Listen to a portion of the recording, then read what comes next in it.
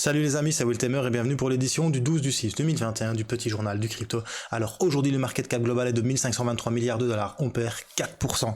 Il y a le Bitcoin qui perd 3,94% à 35 414 dollars, Ethereum perd 1,08% à 2393 dollars, le Binance Coin se prend une petite claque, 4,08%, Cardano, la petite édalangue de mon cœur, continue de chuter, elle perd 2,28%, le Dogecoin il perd 2,17%, c'est pas assez, le petit Ripple de Jean-Pierre Riffard perd 3,86%, l'USD Coin en 8ème position, le petit Polkadot de Magic Loire se rapproche fatidiquement des 20 dollars. On a Uniswap qui fait 4,85% en moins, et quand tu regardes et que tu descends encore un petit peu, tu vois que Internet Computer ICP est à 56,26%, il perd 11,86%, à savoir que lorsqu'il a été mis il y a un mois de cela, il était à 400 dollars. Ça fait quand même fort cher la chute. Voilà, après ça, on va regarder les top gagneurs du jour. Nous avons le Wave qui fait 3,68%, et le Curve DAO qui gagne 1,22%, sinon, et le Raven qui fait 0,15%, sinon le reste, ce sont des stablecoins, et sinon, I see great today in my portfolio, ça fait saigner, maintenant, c'est pas la fin du monde non plus. Pourquoi ? Eh bien, je vais répondre à la question d'un auditeur qui m'a envoyé un message sur Twitter. Il me demandait ce qu'il fallait faire maintenant. Est-ce qu'il fallait vendre ses crypto-monnaies, attendre que ça continue de chuter pour racheter plus bas? Alors, c'est clair que c'est une bonne solution, tu peux le faire, mais à tes risques et périls. Personnellement, en 2017, j'ai perdu beaucoup d'argent, et puis à un moment, j'en avais marre, et je l'ai fait. Et à ce moment-là, tout est reparti à la hausse. Conclusion, j'ai perdu encore plus d'argent. Du coup, moi, personnellement, qu'est-ce que je fais ? Déjà, quand je t'ai annoncé le 25 du 4, donc le 25 avril, que le Bitcoin allait se retourner et chuter, j'ai vendu une partie de mes crypto-monnaies et j'ai gardé de l'USDT. Je pense que le faire maintenant, c'est peut-être un peu trop tard. T'as la majorité des crypto-monnaies qui ont perdu déjà énormément de capitalisation et énormément en prix. Le Bitcoin a perdu plus de 40%. Donc je me dis voilà, est-ce que c'est intéressant de le faire ? Oui, c'est toujours intéressant de le faire, mais moi personnellement, Bultemer, je vais jamais te conseiller quoi faire. Maintenant, je vais te dire ce que moi je fais. Moi, ce que je fais, je vais serrer les fesses en même temps que toi, bro. Comme j'ai quand même retiré de l'argent et que je les ai mis en USDT en vendant une partie de mes T-Fuel, eh bien, je suis un peu plus serein que d'habitude, et surtout, j'attends que ça chute, et je rachète sur des supports. Donc sur des supports long terme, des supports daily, je rachète des bags en DCA, en dollar cost average. Du coup, ce qui est bien avec ça, c'est que je rachète de plus en plus de crypto-monnaies. Moi, quand ça chute comme ça, je suis heureux. Pourquoi ? Parce que ça me donne l'opportunité de pouvoir racheter plus bas.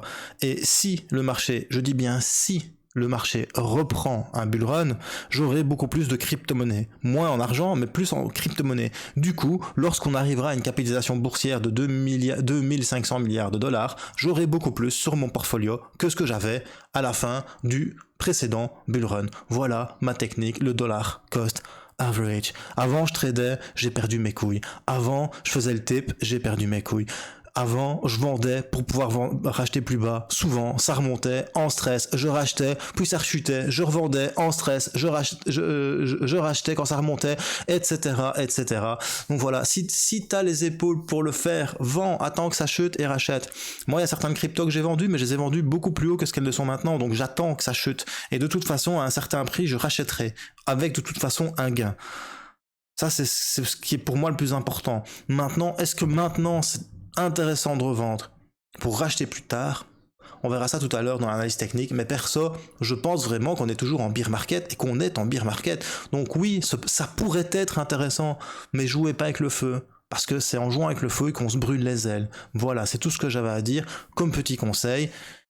Si t'es nouveau sur la chaîne, bienvenue à toi, moi c'est Wiltemer, n'hésite pas à t'abonner et d'actionner la petite cloche de notification. Tu peux nous rejoindre aussi sur Culture Crypto FR, Twitter, on est bientôt à 8000 abonnés, la communauté grandit. J'ai aussi un compte Twitter, Wiltemer Trading, tu trouveras les liens en description.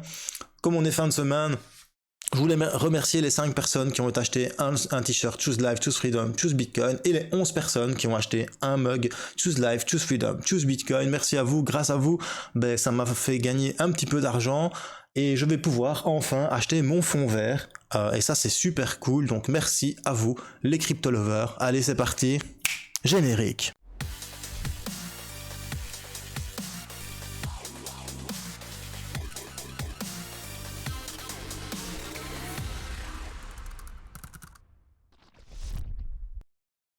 Alors, première news du jour, aujourd'hui on apprend que 441 machines d'extraction de Bitcoin ont été saisies par les autorités en Malaisie. Pourquoi? Eh bien parce que les mineurs de crypto-monnaie Bitcoin, enfin de la crypto-monnaie roi le Bitcoin, ne payaient pas leur électricité, ils ont même bien fait pire, ils ont dérivé l'électricité et ils n'étaient même pas sur le réseau. Avec un compteur, conclusion, c'était du vol d'électricité. Du coup, eh bien la police a saisi les 441 ASICs et ont mis les mineurs en prison. Donc voilà, bien fait, t'as joué, tu t'es brûlé, t'as perdu. Case prison, sans passer par la case départ et recevoir ta prime. Après, on apprend que Monsieur Vitalik Buterin déclare que Cardano apporte des idées intéressantes à la crypto-monnaie. Il faut savoir que Cardano, Monsieur Charles Hoskinson, fait partie des créateurs d'Ethereum. Juste pour information. Et il en a eu plein son cul, il est parti, il a créé sa propre blockchain parce qu'il voyait qu'il y avait des problèmes sur Ethereum de scalabilité et de transactions par seconde. Et du coup, il est parti le monsieur. Il n'était pas d'accord aussi avec le hard fork qu'il y a eu. Donc voilà, dans une interview, monsieur Buterin cite IOHK, donc Input, Output, Hong Kong, comme quoi ils apportent des choses très intéressantes pour la crypto-monnaie sans citer ces choses, mais voilà, ça fait plaisir que Monsieur Buterin parle de Cardano, qui est, je pense, une des blockchains avec Solana et Polkadot, qui est en concurrence directe avec Ethereum. Pour lui, en tout cas, il dit qu'avoir plusieurs blockchains en concurrence, c'est très très bon, mais c'est clair, c'est comme les magasins, plus il y a de magasins, plus les prix chutent, plus les clients y gagnent. Et c'est pareil pour les blockchains, plus il y a de blockchains faisant la même chose, plus les prix chutent et plus le consommateur final y gagne. Et surtout, moi personnellement, je suis très pro Cardano.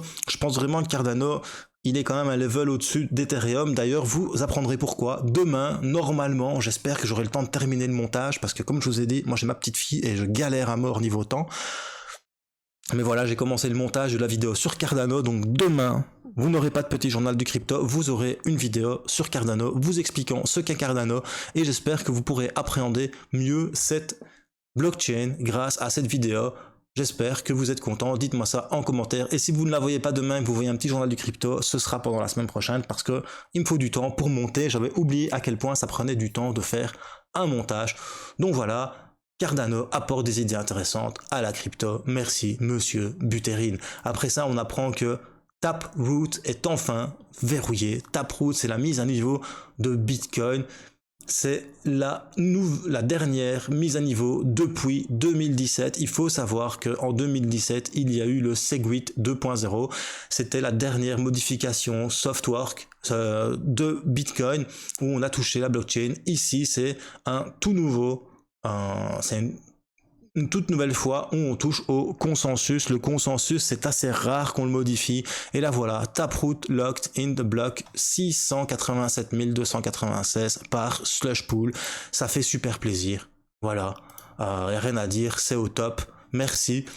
On va pouvoir lancer le déploiement prévu pour novembre, mais en tout cas, c'est synchronisé avec la blockchain. Reste plus à voir ses effets. Ce que ça va apporter de plus à la blockchain Bitcoin. Après ça, petite news rafraîchissante. Monsieur David Guetta met en vente son appartement de Miami et il accepte 40 Bitcoin en paiement ou en Ethereum. C'est vraiment magnifique. Donc, il va vendre 14 millions de dollars. Son magnifique appartement sur Miami Beach avec une vue, je ne te parle pas. Non, perso, c'est pas mon excite Miami, mais bon voilà, si t'as 40 bitcoins à dépenser, il n'y a rien à dire, c'est le top. La propriété dispose de 2 suites principales, d'une vue panoramique sur l'horizon de Miami, d'un service hôtelier 24 heures sur 24 et un accès à 3 piscines, un sauna, un spa. Et bien voilà, si t'as 40 bitcoins à claquer, pourquoi pas racheter le petit appartement sur Miami de Monsieur David Guetta. Ce qui est à noter surtout, c'est que David Guetta le vend en Bitcoin et surtout c'est une initiative personnelle du DJ français. Pourquoi? Parce que les autres annonces sur Freud Group, on ne parle pas de crypto-monnaie ni de Bitcoin, n'importe quoi. Il y a vraiment que David Guetta qui a décidé de vendre son appartement en dollars, en Bitcoin ou en Ethereum. Et ça franchement c'est une très très bonne idée. Merci à vous monsieur David Guetta, pour une fois.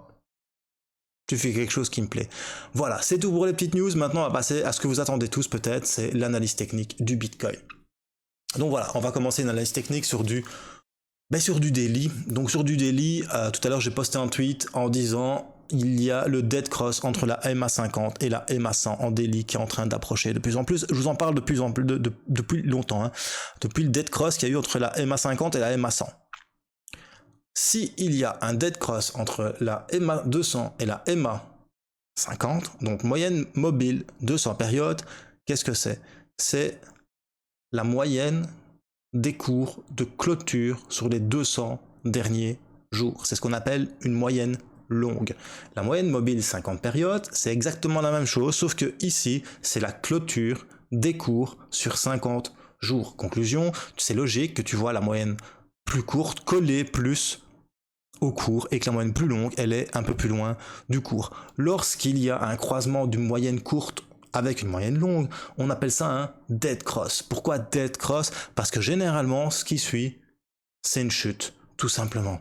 Et je voulais montrer un petit peu ce qui s'est passé en 2017, hop, par rapport à ce fameux dead cross. Donc on a eu ici le dead cross MA50, MA100. Tu vois bien qu'une fois que ça a arrivé, le Bitcoin, il a chuté ici, bam, de 43%. Tu viens à nos jours. Hop. Le dead cross. Pour l'instant, le Bitcoin, il a chuté que 12% depuis le dead cross. Donc ça peut encore chuter. Maintenant, si on extrapole et qu'on arrive ici, on se dit qu'il peut faire la moitié pour l'instant. Donc c'est plutôt pas mal, tu vois. Donc pour l'instant, on est quand même encore plutôt pas mal. Maintenant, moi, ce qui m'inquiète plus, tu vois, donc ici, c'est en 2019. Maintenant, on va aller, voilà. Ce qui m'inquiète un petit peu plus, c'est le dernier dead cross qu'il y a eu entre la moyenne mobile 50 périodes et la moyenne mobile 200. C'est ici, ça s'est passé là. Et il a fallu tout ça, jusqu'ici, tu vois, 393 jours pour que nous ayons un golden cross. Mais c'est pas que ça. Il a surtout fallu 371 jours pour que le Bitcoin repasse au-dessus de la moyenne mobile 200 périodes. Donc, on a eu vraiment un bear market qui s'est prolongé énormément. On a perdu 48% sur le cours à partir du dead cross. Faites à noter que juste avant, on avait déjà perdu 59%. Conclusion, du dernier plus haut au refranchissement du prix du Bitcoin au-dessus de la moyenne mobile 200, il a fallu 473 jours et le cours a perdu 76,6%. Je ne dis pas que c'est ce qui va arriver ici maintenant avec le Bitcoin, loin de là, mais déjà, ça fait un bon bout de temps. Attends, hein, on va enlever ça là. Voilà, ça fait déjà un petit bout de temps que le Bitcoin chute, hein, parce qu'il chute depuis là, pas oublier. En 60 jours, il a perdu 45%. Si tu prolonges jusqu'ici, le Bitcoin perd 69%, donc plus ou moins 70%, et ce serait le dernier plus haut à 19 912 $ weekly. Donc voilà, si Dead Cross devait arriver, il y a une target personnelle que j'ai, perso, il y en a plusieurs, il y en a deux. Il y a cette zone-ci, que je vais te montrer là maintenant tout de suite. Si je veux bien ici, le carré, il est là. Donc il y a forcément cette zone ici, là, parce qu'il y a eu de la résistance. Tu vois, là ici, ça a rangé, il y a eu de la résistance, donc je pense quand même. Voilà. Moi j'ai cette zone-ci. Et si cette zone-là ne tient pas, eh bien, je pense, encore une fois, je pense que cette zone-ci pourrait être une grosse zone de recharge. Donc voilà, ça c'est ce que je vois sur du daily. Je pense que c'est plausible. Encore une fois, plausible ne veut pas dire que ça va arriver. Mais bon, le 25, je t'avais prévenu que ça allait chuter, c'est arrivé. Est-ce que j'ai eu de la chance? Est-ce que j'ai pas eu de chance? Pour le moment, est-ce que les indicateurs disent toujours la vérité? Bah, pour le moment, en tout cas, le RSI, il n'y a pas photo, on passe pas son oblique. Tant qu'on passe pas cet oblique, ça partira pas à la hausse. Ça, c'est sur du daily. Maintenant, on va passer sur du H4 pour voir un petit peu ce qui s'est passé. Et comment moi je vois les choses sur du court terme. Sur le H4, c'est du court terme, c'est du daily, hein, bien évidemment. Donc, je vois qu'on est toujours dans ce triangle isocèle. Un triangle isocèle, on va te dire, ouais, mais un triangle isocèle, on peut sortir par le haut ou par le bas, c'est 50-50. Moi, je vais te dire que par expérience, maintenant ça c'est mon point de vue, en tendance baissière, il y a plus de chances qu'il casse par le bas. Et en tendance haussière, il y a plus de chances qu'il casse par le haut. Tout simplement. Parce que tu es en tendance baissière. Parce que pour casser vers le haut, il va falloir casser la moyenne mobile 50, la moyenne mobile 100, la moyenne mobile 200. Donc tu as un sacré paquet de résistance avant de réussir à casser ton triangle. Donc généralement, vu qu'il y a de grosses résistances sur la résistance, je pense souvent que ça casse vers le haut, vers le bas, pardon. Et surtout, que ce que je vois pour le moment, c'est vraiment un Bitcoin qui chute, qui nous fait des hauts de plus en plus bas. Tout simplement. Voilà. Il n'y a pas à tergiverser, il fait des hauts de plus en plus bas. Un haut qui est celui-ci est plus précédent, celui-ci est plus bas que le précédent, celui-ci est plus bas que le précédent. Donc du coup, il nous fait des bas de plus en plus hauts. Alors je me demandais, est-ce que le Bitcoin n'allait pas suivre ce chemin? Donc partir de ce haut, venir ici, retaper là, redescendre, pour venir chercher ici. Scénario bearish. Ou alors, va savoir, peut-être qu'il va venir chercher ça, taper là, et puis revenir chercher ici. On va avoir un scénario bullish. Sincèrement, je doute. Pourquoi? Parce qu'il y a la moyenne mobile 200 périodes qui est en train de chuter, tout simplement. Maintenant, ce qui est bien avec cette moyenne mobile 200 périodes, c'est qu'elle arrive ici, et que la moyenne mobile 100 périodes et la 50 ici se recroisent. On pourrait avoir un golden cross sur du H4, et là par contre ça pourrait passer. Donc voilà, pour le moment je t'avoue que, on va dire que sur du court terme je m'attends à ce qu'on vienne rechercher le support ici, vers les 31 000, les 32 000 $, peut-être, et peut-être rebondir, casser la résistance et repasser à la hausse. Ça c'est vraiment sur du court terme. Est-ce que ça va arriver? Assez compliqué à dire, parce que le Bitcoin pour le moment il fait un petit peu ce qu'il veut, et surtout le Bitcoin pour le moment il suit une tendance baissière de fond qui date depuis le 14 avril. Donc moi, tous ceux qui me disent qu'on est toujours en bull market, yo mec, tu sais quoi? Ça fait 60 jours que ça chute. Tu as perdu 45%. Qu'est-ce qu'il faut pour que tu comprennes qu'on est en bear market? Franchement, je ne sais pas. Est-ce que tu veux que je demande à Winnie l'ourson qui vienne sonner chez toi et qui t'explique comment ça fonctionne? Voilà, c'est tout ce que je peux dire. Merci. C'était Will Tamer pour le petit journal du crypto. Si t'as bien aimé, un petit pouce bleu. Si t'as pas aimé, un petit pouce rouge. Et surtout, bro, n'oublie pas, choose life, choose freedom, and choose Bitcoin. Peace.